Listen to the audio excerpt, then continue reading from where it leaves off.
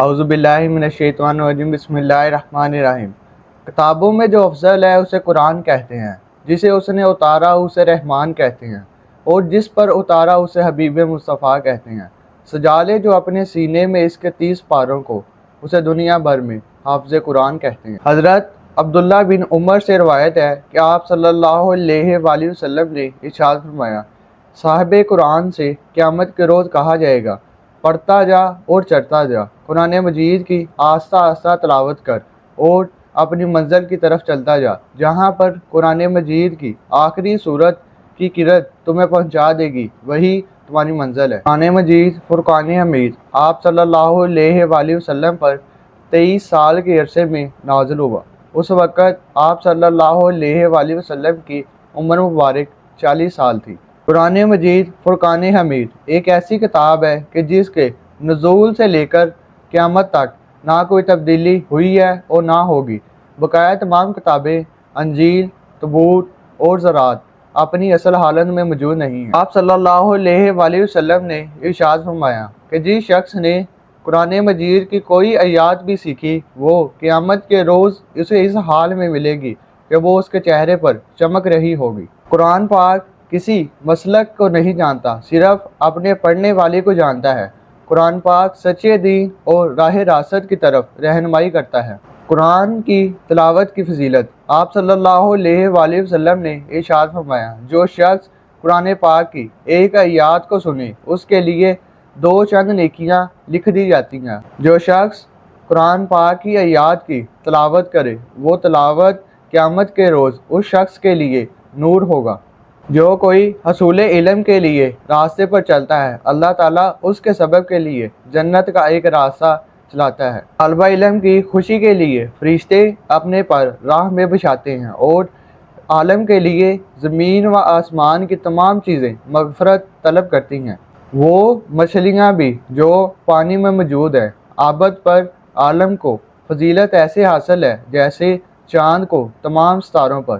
نبی اکرم صلی اللہ علیہ وآلہ وسلم کی تبلیغ سے پہلے اللہ تعالیٰ نے انسانوں کی ہدایت کے لیے مختلف پیغمبر، انبیاء، رسول بھیجے، ان پر آسمانی کتابیں بھی نازل فرمائیں، لیکن جو کتاب آپ صلی اللہ علیہ وآلہ وسلم کو دی گئی، اس کتاب کو تمام کتابوں پر فضیلت حاصل ہے، اور جس نبی پر یہ کتاب اتاری گئی اس نبی کو بھی تمام انبیاء پر فضیلت حاصل ہے، اور جس فرشتے کے ذریعے یہ کتاب نازل کی گئی یعنی حضرت جبرائیل علیہ السلام، وہ بھی تمام فرشتوں کے سردار ہیں۔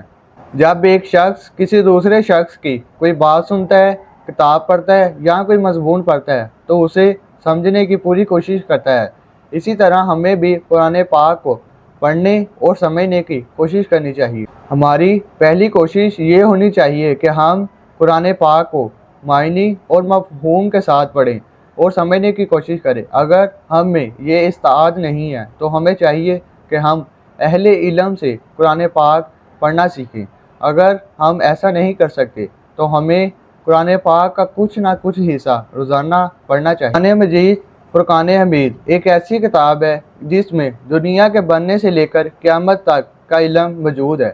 جب سائنسدان اپنی تحقیق کے لیے جا رہے تھے تو وہ ساتھ میں قرآن مجید فرقان حمید لے کر گئے۔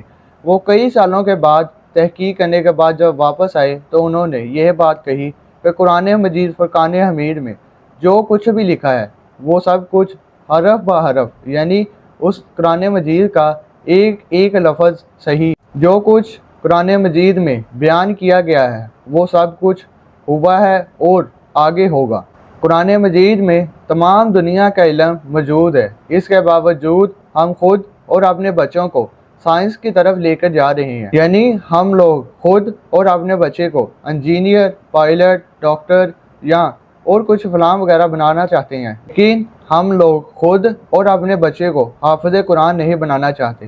آج آپ لوگ دیکھ لیں کہ آپ کے علاقے میں تقریباً 3 سے 4 اسکول ہوں گے، یونیورسٹی ہوگی اور کالج ہوں گے، لیکن مدرسہ ایک ہی ہوگا جہاں پر بچوں کو دینی تعلیم دی جاتی ہے۔ اصل راستہ وہی ہے جو قرآن مجید فرقان حمید میں بیان کر دیا گیا ہے، یعنی دین اسلام کا راستہ۔